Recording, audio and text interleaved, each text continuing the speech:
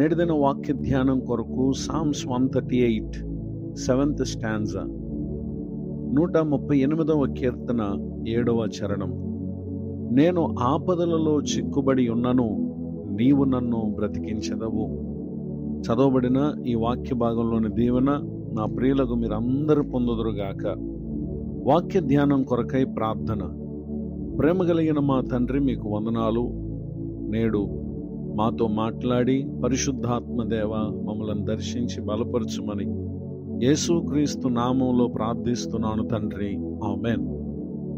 చదవబడిన ఈ వాక్య భాగంలో మన ప్రభు అయిన యేసుక్రీస్తు వారు తన ప్రజలకు కలుగు ఆపదలలో ఆయన వారిని తప్పించి రక్షించి బ్రతికించేటటువంటి దేవుడిగా ఉన్నారు.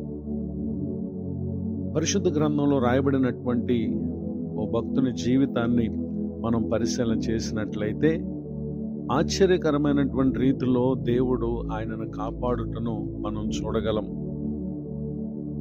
Book of 1 Samuel chapter 23 verse 14. మొదటి సమూయేలు గ్రంథము 23వ అధ్యాయము 14వ వచనంలో రాయబడిన ఆఖరి వాక్యం చదువుకుందాం.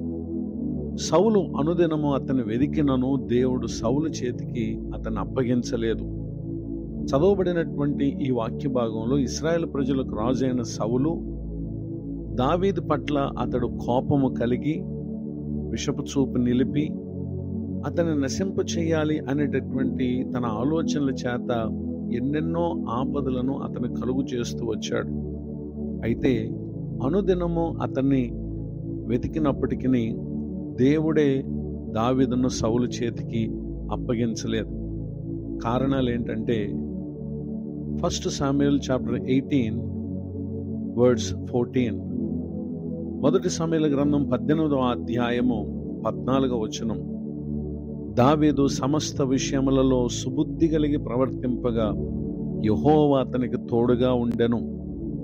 చదవబడినటువంటి ఈ వాక్య భాగంలో ప్రభువు దృష్టికి సమాజం దృష్టికి పరిస్థితులు ఏ రీతిగా ఉన్నప్పటికీ దేవుని వాక్యానుసారమైనటువంటి బుద్ధిని కలిగిన ప్రవర్తన నిశ్చయముగా ఎన్నెన్నో ఆపదలు మన చుట్టూ అలుముకున్నను ప్రభువారు మనకు తోడుగా ఉంటారు గనుక నిశ్చయముగా ఆయన మనలను కాపాడి బ్రతికించేటటువంటి దేవుడిగా ఉంటారు అనే విషయాన్ని దేవుని యొక్క వాక్యం మనకు తెలియజేస్తూ ఉంది.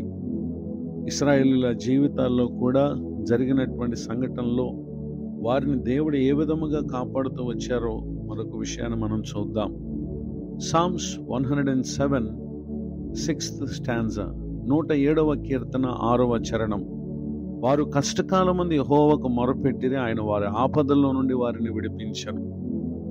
ఇశ్రాయేలీయులు తమ అరణ్య ప్రయాణములో ఆ తర్వాత వారు వెళ్ళినటువంటి మార్గాల్లో కష్టము ఆపద తమ జీవితాల్లో సంభవించాయి. అయితే వారు పెట్టినటువంటి మొర్ర ఆలకించినటువంటి దేవుడు వారి ఆపదల్లో నుండి విడిపించుటను ఇక్కడ మనం గమనించగలం.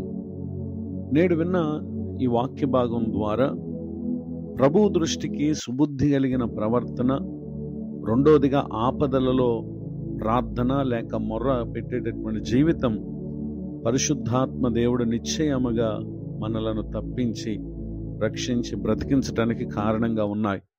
ఇట్టి సంగతులను అనుసరించి ఈ కాలమందు మీరు ఏ విధమైనటువంటి ఆపదల్లో చిక్కుబడి ఉన్నారో నిశ్చయముగా పరిశుద్ధాత్మ దేవుడు విన్న ఈ వాక్య ప్రకారంగా ప్రవర్తించడం ద్వారా ఆయన నేడును మనలను బ్రతికించేటటువంటి దేవుడిగా ఉన్నారు. ఇటు దీవెనలకు నా ప్రియులకు మీరు పాత్రులు కావాలని హృదయపూర్వకంగా మీ కొరకు ప్రార్థిస్తూ కోరుతూ ఈ మాటలు ముగిస్తున్నాను. ప్రార్థన. ప్రేమ కలిగిన మా తండ్రి, మీకు వందనాలు. నేడు విన్న ఈ మాటల ద్వారా మా ప్రియుల ఆత్మకు నిశ్చయముగా మేలు కలుగును గాక. కృంగిన వారిని, దుఃఖితులను, వేదనలో ఉన్న వారిని ఆదరించండి. ఏ విధమైనటువంటి ఆపదలో చిక్కుబడి ఉన్నాను ఇతను సెలవిచ్చిన వాగ్దానం ద్వారా నీ బిడ్డలు విడిపింపబడుదురు గాక. దైవజనులను వారి కుటుంబాన్ని సేవా పరిచరణ దీవించండి. నూతన సంవత్సర దయాకిరీటాన్ని దినం పొందిన మా ప్రియుల యందు మీ కృపను చూపించి మేలు కలుగు చేయమని యేసుక్రీస్తు నామములో ప్రార్థిస్తున్నాను తండ్రి, ఆమేన్. తండ్రి, కుమార, పరిశుద్ధాత్మ దేవుడు తోడ నడిపించును.